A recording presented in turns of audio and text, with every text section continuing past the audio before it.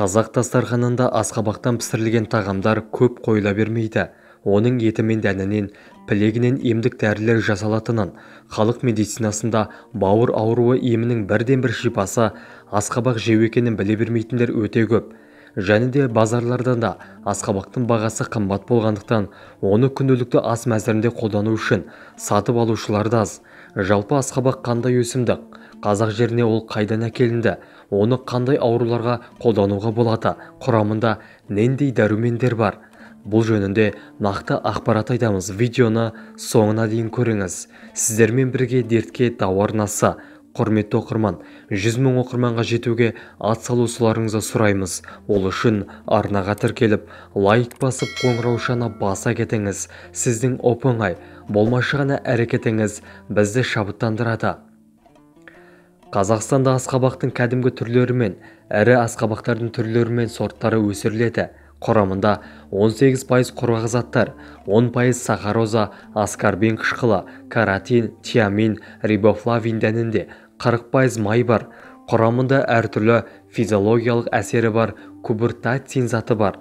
Адамға пайдалылығы жағынан бұл бақша өнімі өзге жеміс-жидектер мен көкөністерге қарағанда дәрумендерге өте бай.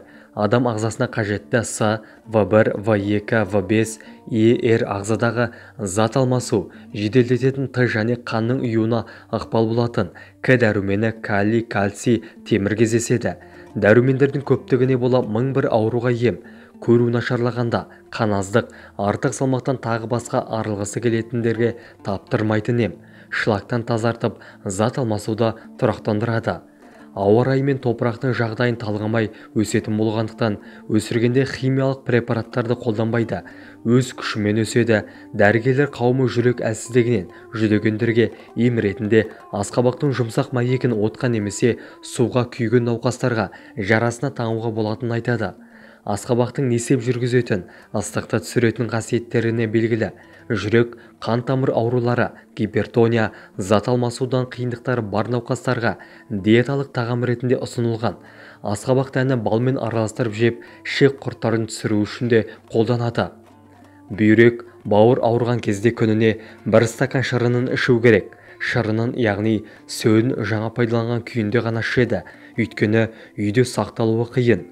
Минералды тұздар мен дәрумендерге бай асқабақ дәндерінің құрамында ақуыздар, омега-3, қанықтырылмаған май қышқылдары, селен, магний, мараш, С, В тобының дәрумендері жеткілікті. Несеп жыныс жүйесінің көптеген ауруларын емдеуге көмегі зор. Несеп аударушы қабынуға қарсы өте айдап паразиттерді құртатын асқабақтың дәні. Құрамында жасанды талшықтың судың көп мөлшерінің арқасында асқабақтың арықтауға болатын емі де бар. Ас қорыту үдерісін тездетеді, уыттарды тазартады. Денсаулыққа пайдалы табиғи өсімдік майларының бірі асқабақ майы. 90%-ға жуық қанықпаған майларда 60%-ға дейін линолейнді қышқылдан және 15% шамасында линолейн қышқылынан тұрады. Омега-3, омега-6 май қышқылдарына өте бай. Асқабақ майы қуырылған асқабақтың дәнінен сығып алынады. Қошқыл жасыл немесе қою қоңыр түсі бар, өткір хош иісті тәтті дәмі бар. Биологиялық белсенді зат ретінде қолданылады. Құрамында май қышқылдары, паламид, стерин, олейн, лимон, стероин қышқылдары, фосфолипидтер, каротиндер, дәрумендер мен микроэлементтерге өте бай.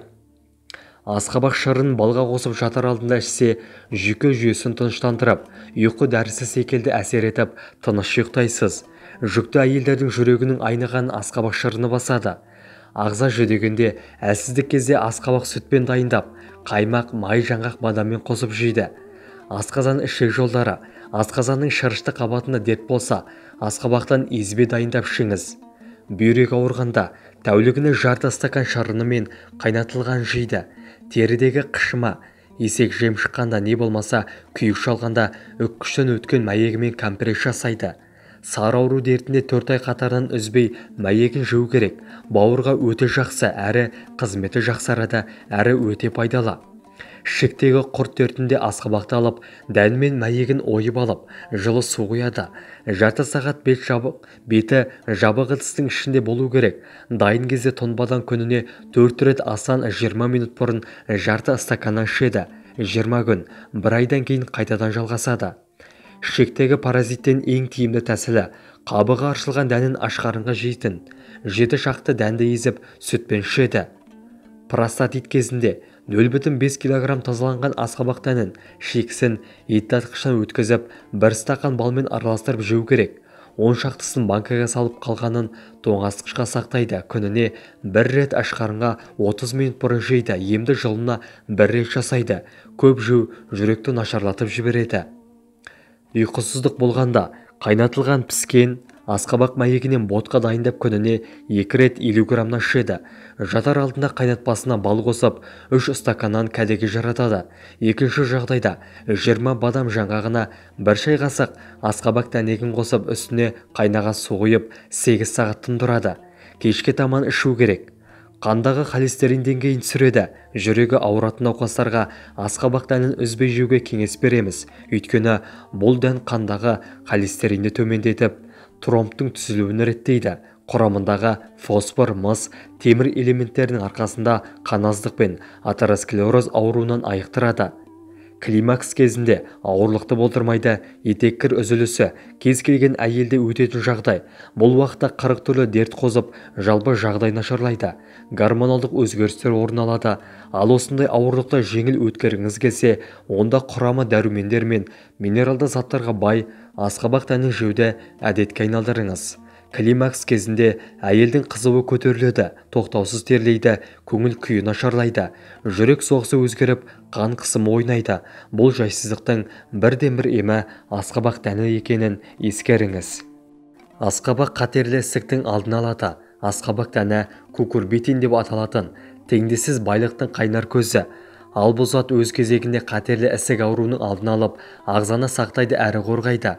Мамандар асқабақ дәнін үзбей жейтіндердің бауыр, сүт безі, тігішек, ұйқы безі, өкпе, асқазан қатерлі ісік ауруына ешқашан шалдықпайтынын растайды. Қандағы қанттың мөлшерін реттейді. Өздеріңіз білетіндей, қант диабетіне шалдыққан науқастар белгілі бір мәзірде тамақтануы тиіс. Қантты, тәттіні, ащыны, майлыны шектесе, ал көкөніс, жеміс, буға піскен және қайнатылған тағамдарға рұқсат етіледі. Оған қоса асқабақ дәнінің де кереметтей пайдасы бар екені айтылады. Бұл бағалы дән ағзадағы улы заттарды шығарады, жасушаларды жаңартады, ұйқы безінің жұмысын жақсартады, инсулиннің дұрыс бөлінуін қадағалайды. Нәтижесінде қандағы қант мөлшерін өз қалпына келтіреді. Ерлердің денсаулығын жақсартады.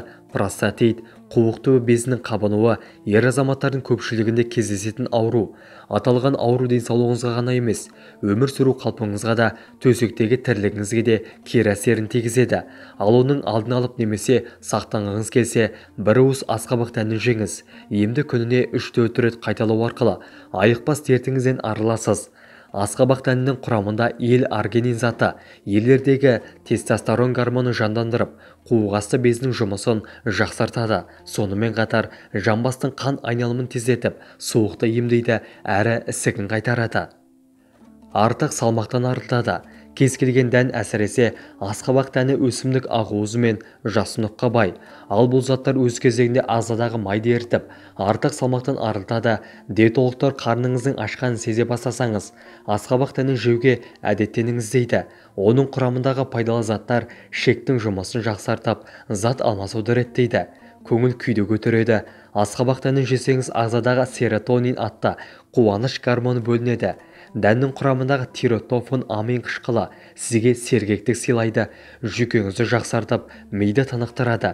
Диетолог мамандар күніне 7 дана асқабақ дәнін жесеңіз, көңіл күйіңізді керемет көтереді дейді. Сондықтан да депрессия алған адамға, стрессте жүретіндерге және үнемі мазасызданатындарға асқабақ дәнін қалтаңыздан тастамаңыз деп кеңес береміз.